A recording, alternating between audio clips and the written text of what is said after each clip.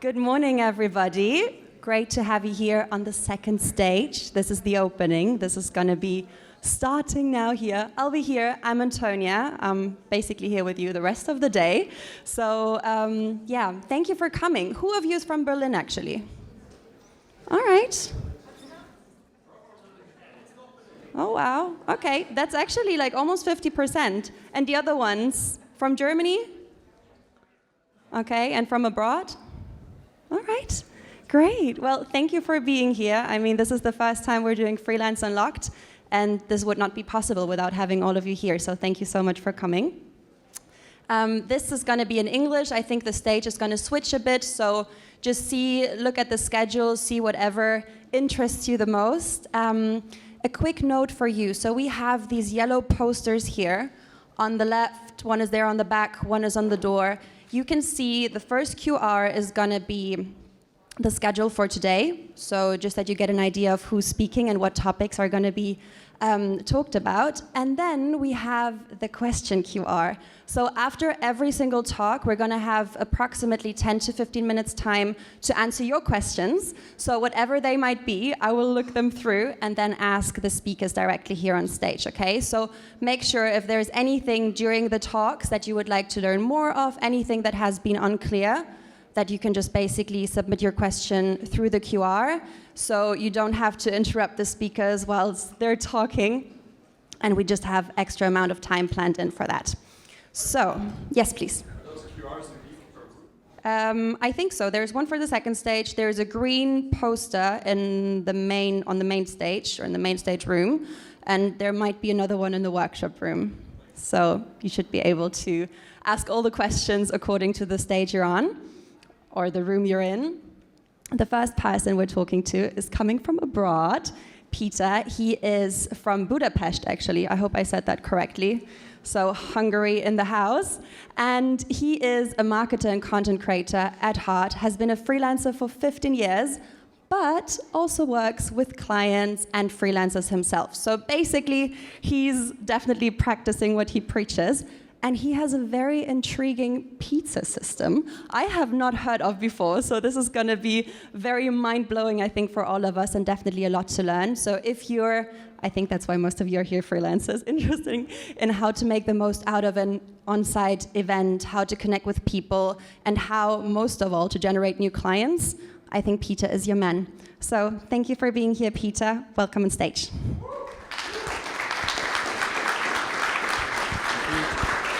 Hello, guten Morgen, Berlin. Ein Bier, bitte. That's all my German, so we're going to be doing this little chat in English. So, nice to meet you guys. Basically, the topic is going to be how to get clients, right? All of us freelancers are super interested with this topic, and I'm going to be showcasing basically my approach to getting clients at real-life networking sessions, expos, and so on in 3 steps. 1, how to prepare for such an event, how to prepare yourself, your mindset, how to engage with people once you are actually there, and then how to follow up with potential new business leads. So on the main stage, we've seen a lot of like industry trends and where things are headed and how panicked or not panicked should we be about AI. Here it's going to be about more practical stuff right now.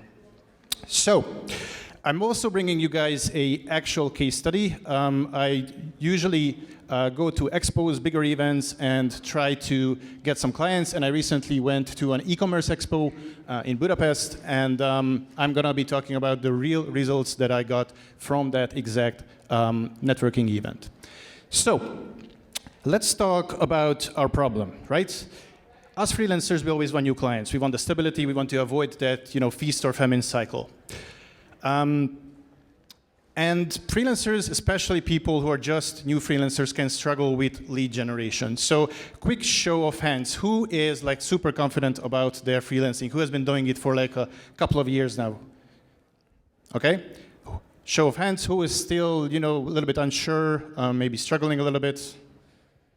All right. So 50-50. There you go. So yeah, good. Slides available afterwards? That's a very good question, and we'll see. I have no idea. But yeah, So the issue is that we want clients, but it's very difficult to build trust in an online environment, right? The noise is just too big, especially nowadays. So what do we usually do? What we usually do is that we go all in on digital marketing, right? We build up our Instagram presence, we go on LinkedIn, we listen to all of those gurus on how to build up yourself, how to run ads, whatever. We go all in on digital marketing. And yeah, sometimes we invest into content marketing, cold emailing, Google Ads, whatever works for you as a freelancer. Sometimes we even go on the nasty platforms, the U word and the F word. And I'm not dissing on these are actually pretty good solutions for certain use cases. So all of this is really, really good. When I coach and teach freelancers, I say all of these solutions can be beneficial for you. But we do forget one thing, right? We are all human. And as humans, we connect with other humans, right? And in a digital environment, we are so used to all of that noise that we kind of forget about being human. So today I want to emphasize this, and I want to talk about how to become more human in this very digital world and these very digital lead generation settings, especially for freelancers. So yeah, let's make client acquisition human again, is basically the pitch that I'm here to sell you. So what can be done? Well, people expect digital now, right? Clients expect digital. They use one of the platforms to connect with potential talent. They are used to this. So I guess let's flip the script. Let's go back to the old school. Let's go back to networking events, expos. I mean, you guys are here, you're interested, you want to connect. That's already a very good step in that direction. And yeah, I've talked to freelancers who actually go door to door and just, especially with local businesses, and just talk to business owners, right? It's very scary, but it can work. So today, what I want to emphasize is that I want to provide an approach that actually supplements your digital presence with a real-life presence, right? I'm not gonna say that this is your Instagram and delete yourself from Facebook. Well, maybe that's a good idea. I don't know. But still, we're gonna supplement our digital presence with a real-life presence. So, as I mentioned, we're gonna do this in 3 simple-ish steps. First, I mentioned preparation. How to prepare for an event, how to approach an event. Well, the biggest mistake that people usually do is that they don't really find the right event. This is key. Because if you were to network here and to find potential clients, you would struggle. Why? Because probably your ideal client is not here. It's your peers that are here, other freelancers, right? So go to the event where your ideal customers hang out at. Let's say you are a graphic designer and you're building beautiful Webflow websites. Don't come here. Well, come here and learn, but don't come here to find clients. Go to the expo for restaurant owners, right? Find the networking event where your ideal audience hangs out at. Next, once you identify your dream event to attend, do your research. Right? Usually on these websites, there's always the list of who's going to be there, who's going to talk, what kind of stalls are going to be around. List your top 10 companies that you would like to work with, right? Your dream companies to work with. Make a list of 10 of these. Maybe more if it's a 2-day event, 3-day event, whatever. But for a 1-day event, 10 is going to be perfectly fine. For each of these companies, write one simple conversation starter. Right? Something that will get the ball rolling, get the conversation going. I loved your recent post on whatever. I see that you guys are using a stock photo instead of your restaurant's front. Also write something for each of these companies that you could improve. So if you are seeing that their website is super slow, their booking system, for example, for this restaurant is super, super slow, make a note of that, because that's something that you can already talk about that you could potentially improve for this client. And try to include at least one case study in your research where you have done something similar, where you have already provided value to a similar company. For example, hey, there was this restaurant that I already, redone their website and it loads much faster now, and their booking has gone up. So Do all of your research beforehand, so that when you actually start approaching people and start networking with people, you already have a couple of pointers in your mind about what to talk about. So in my recent, like, I guess, venture to this expo, this is how it looked like, right? A lot of companies, a couple of really big names, but I identified 10 of these companies that I, as a marketer, could potentially help their problems and then offer some real solutions, offer real value. And usually for like expos and bigger events, there's going to be a list of like a huge list of like companies like this. And this is the actual like Notion document that I've done. Maybe you guys can't really see it, but the point is that I've actually like rated the potential of like how much I like this company as a potential client, right? I'm already vetting the client before I'm even meeting them. There's some Hungarian in there, so good luck with that. But yeah, and I've included a couple of like couple of notes as well. I'm a marketer, so I've been looking at like their content, their SEO, their conversion rate, their page loads, a couple of stuff, conversation starters. Next, get in the right shape, as I mean in physical shape. Obviously, you will need to dress to impress, so first impressions do matter. I guess here I'm dressed in my like usual attire because I'm among my peers. You guys are freelancer, I'm a freelancer, so this is completely fine. But if I'm going to like a more business event, I would probably dress a bit more business casual-y. And the other thing is that business cards are still cool. I know that this sounds super weird in 2024, but once you go to one of these events, you'll see that there's a lot of conversation happening, right? People are meeting people all the time. It's speed dating. And they're not going to remember your name or who you were. So business cards are not there to impress other people. Business cards are just gentle reminders that, hey, I've actually met this guy and he was interesting. Examples, right? This is more businessy, nothing fancy, but yeah. And this is my take on an actual business card. It was an experiment that I run. I basically created a lead magnet, an offline lead magnet. I was offering these free audits for my services, and yeah, you can experiment with business cards. It doesn't have to be the usual boring business card, but do make sure that people can reach you and know who you are. All right. After your physical preparation, the most important thing is your mindset, right? Your mental preparation. What I like to emphasize here is that go into these events with a mindset that says it's okay to fail, right? You are not coming to any of these expos or networking events to impress people. You are there to, I guess, start conversations.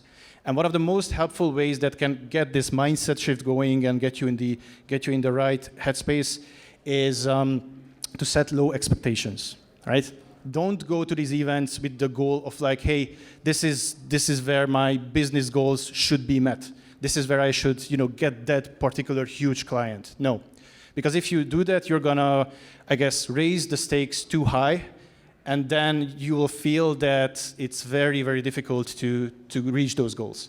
So just set a low expectation of, hey, I just want to go out there, meet people, have 10 simple conversations. Maybe the conversation is going to be about, I don't know, our dogs. I don't care. And maybe those conversations will evolve into something interesting, and that's why we are there. But start low, especially if you're an introverted person, if you are kind of awkward, or you think you're awkward, but potentially I think you're not awkward in these situations. Just set the stakes low. And also look for fun, right? We come to these events to connect, to meet other people, to tell stories, to learn. And if you set yourself up for events where you want to, have fun and enjoy conversations, that particular enjoyment will lead into actual real business conversations, right? So if you're in a headspace of like looking for fun, enjoyment, that will radiate to other people and they will connect with you much better. All right, so we've prepared ourselves for an event. We are ready, we have booked our tickets, we are in the right headspace. What happens next? Well, we get our badges, we enter the event. Next up is to engage, so to walk up to an actual business and to talk to them, which is scary, I know. So, in my case, my primary goal was to just get 10 conversations, right? I've listed the 10 companies, and I didn't set high expectations. I just wanted to approach these stalls and have conversation with these business owners. My secondary goal for the day was to try to not get a ton of junk, as in, all the swag. Well, unfortunately, I usually fail.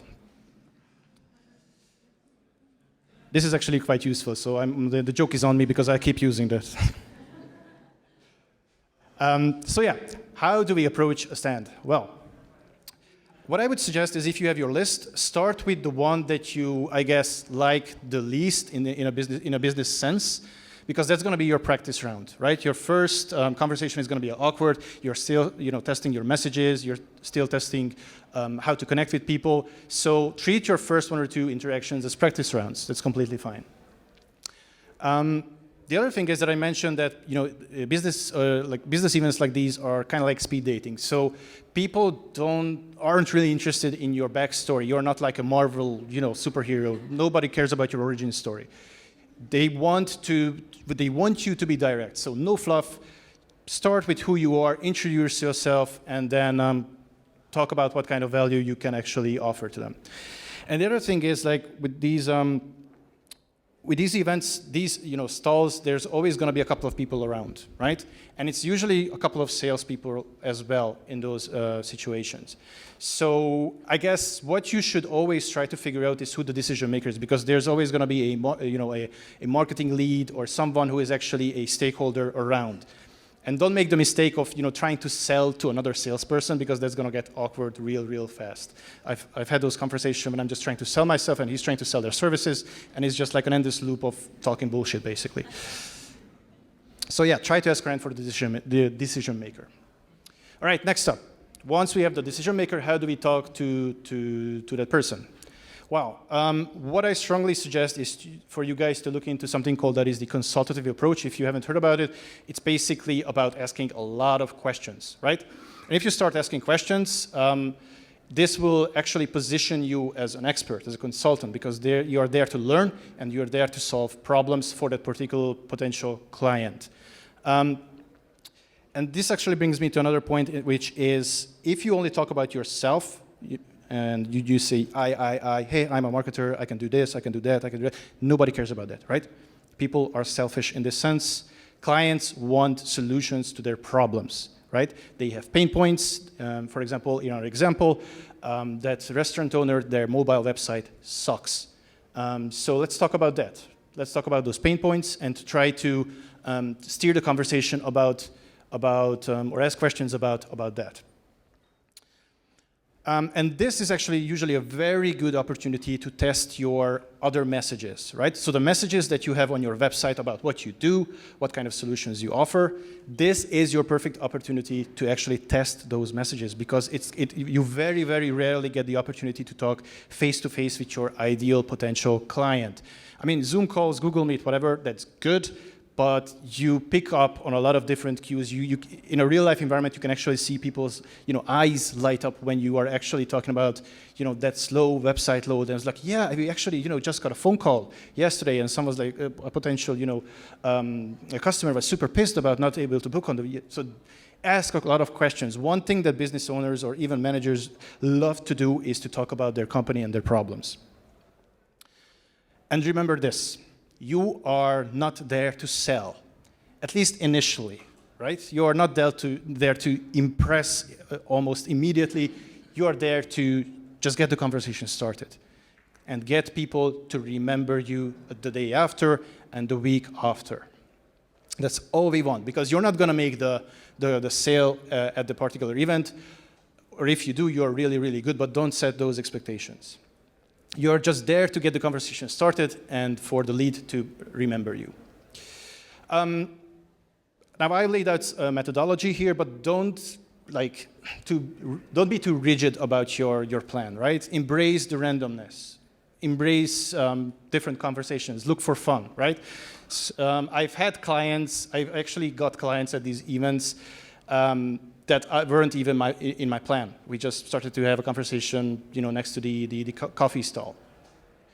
Because if you put yourself out there, anything can happen in a very, very positive sense. Now, step 3. So what we have done is we've prepared really, really well, and we have actually engaged a lot of different companies. Next up is how to, I guess, move these people down the funnel, which is follow-up.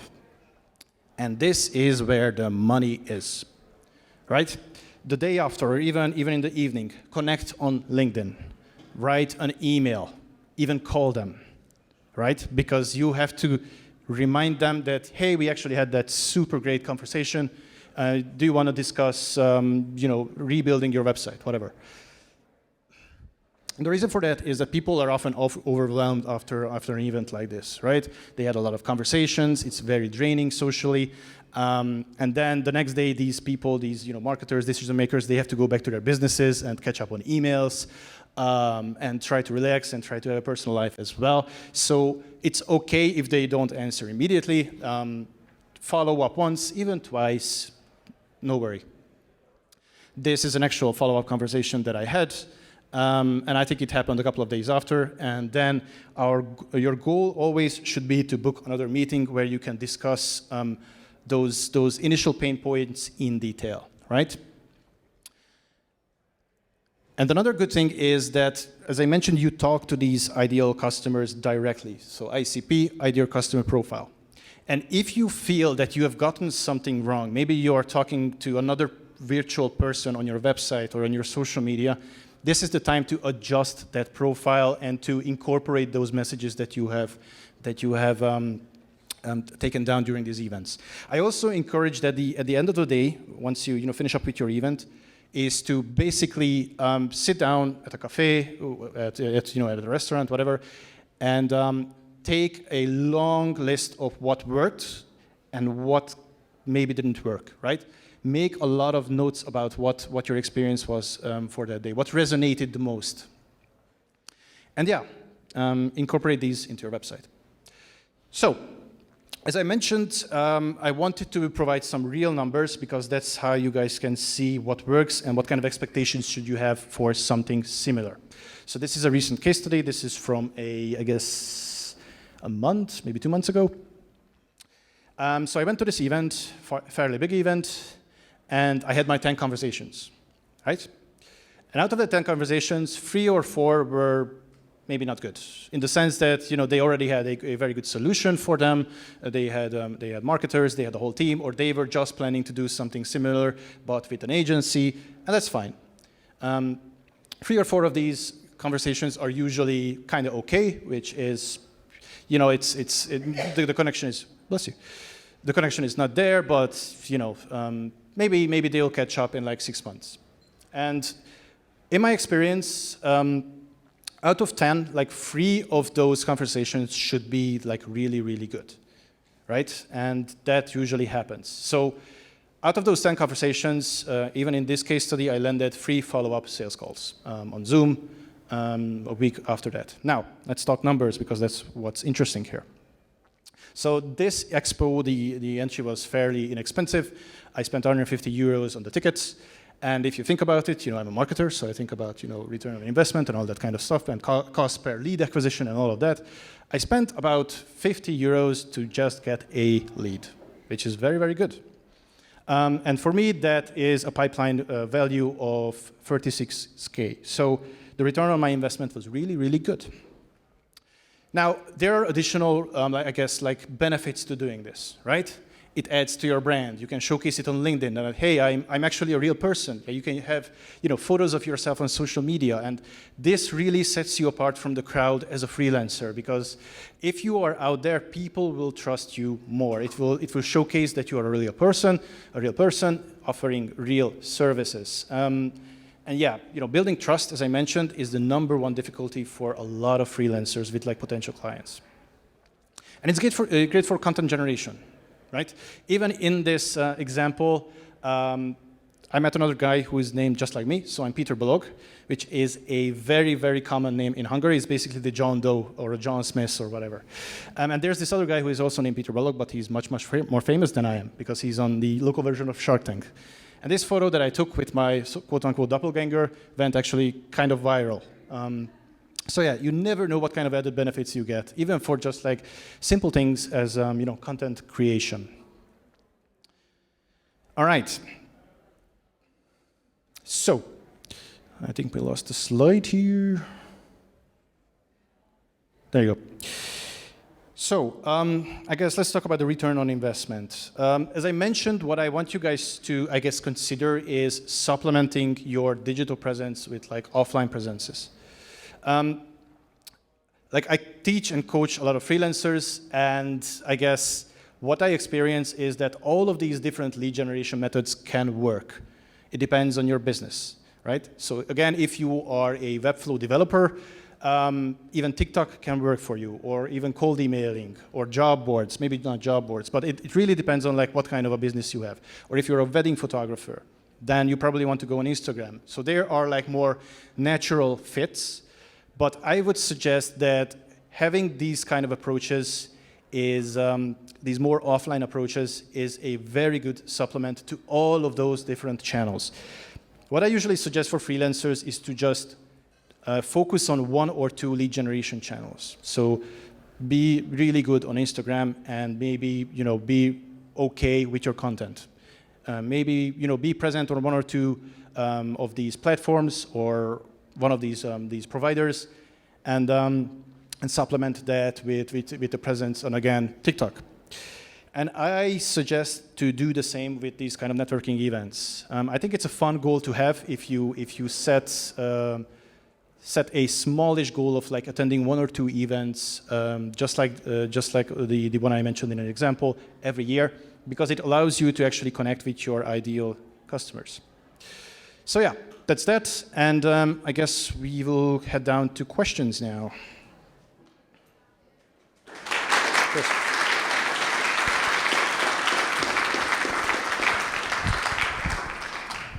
Thank you so much, Peter. That was definitely very, very insightful. So what I took with me, I give you 2-3 minutes. Please scan the code and submit your questions there so I can just basically read them out loud. That would be super helpful. But I think just breaking it down, preparation is key. Know what's happening. Second of all, I took some notes. Reflection. How did it go? What went well and what didn't? And follow up. I think most of us forget that several times, how important it is to actually stay in touch with people and follow up, no matter what it is. I'm in sales, so no matter what it is that you're doing, super, super important. So thank you so much for sharing that. Let me check the questions.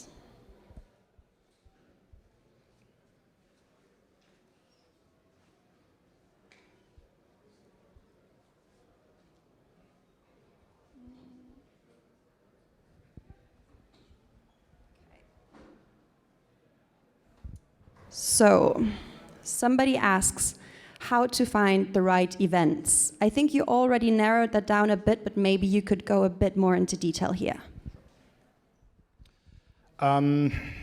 Google. Seriously.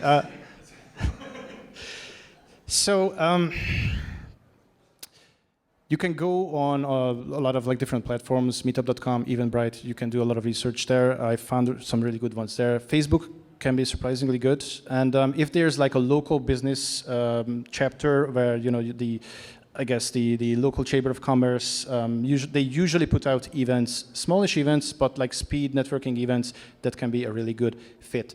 For the bigger ones, it's getting really good at like Google Magic. Getting the right keywords in is super important. So for example, restaurant owners or restaurant events, those kind of things you have to experiment with. But do expect to find like the really, really beneficial events for you where your ideal customers hang out at to be like a once or twice event per year, right? And it's usually going to be about in another country.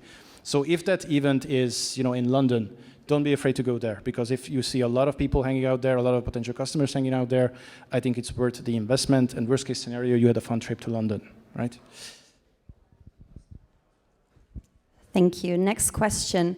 What should I do if I'm an introvert? Still go. So I don't really buy into this notion of like extroverts or extroverted people are better at this or introverted people are like worse at this. I've met a lot of people who claim to be introverts and they are like super shy people. But I guess what can be helpful in that situation is don't look at like the big picture, right? As I mentioned, you're not there to impress people. You should like break it down and set like super simple goals. Like first, as an introvert, my goal is to just buy the ticket. Next, maybe look at the transportation. And my next goal is going to be to show up.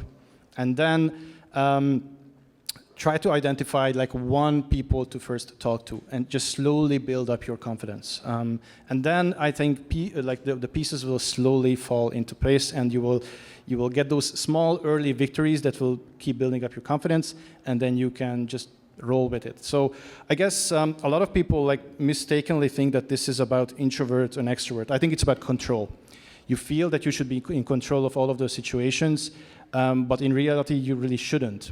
So what you should embrace, I guess, in these kind of events is just let go of control and just command your feet to start walking towards that stall and then see what happens. What's your take on automated communication for follow-ups? So at this scale, that's a very good question. At this scale, I don't think it makes sense, right? If you're only talking to like 10 or 20 people, you should personalize the hell out of that, right? Like writing, and you can't really, it's not worth your time at this point, at this stage. I'm a big fan of automations. I'm a marketer. I automate most of my stuff, right? And I think we are entering the golden age of like eating everything as a freelancer.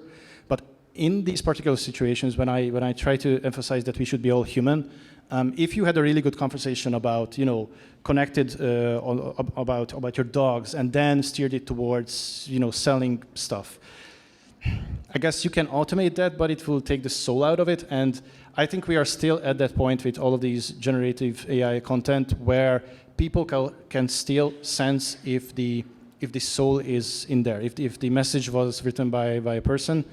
You can get like really, really good prompts and you can get like really, really good automations. But at this scale, I think it's not worth your time. And how do you get to the decision maker somebody asks? Do you ask for them? Do you research ahead who'd be at the stand? Is that part of preparation maybe? Just ask. Right?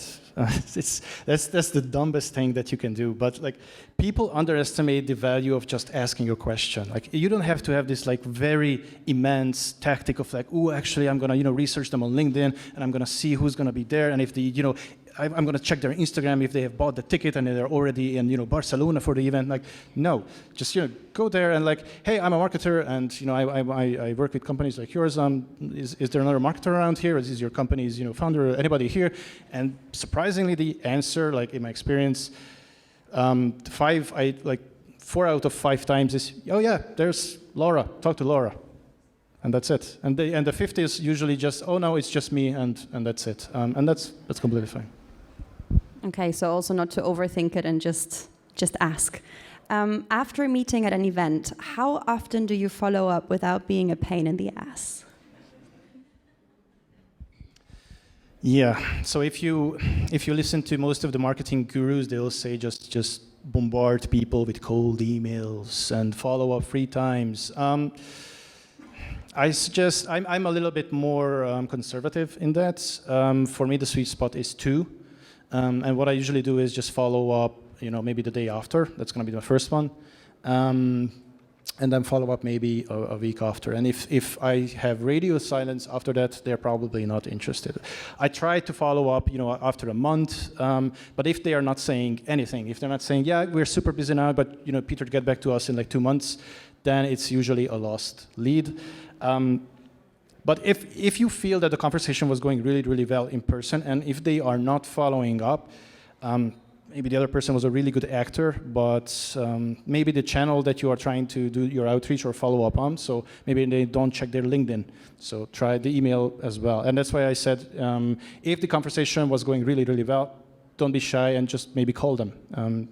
Because if they handed over the business card, the phone number is going to be there as well. All right, and maybe one last question, because I think we have the next talk starting in a few minutes, so everyone has time to change, which would be, how do you stand out more than just telling what you do? In your experience, what's your top conversation to engage on to get started?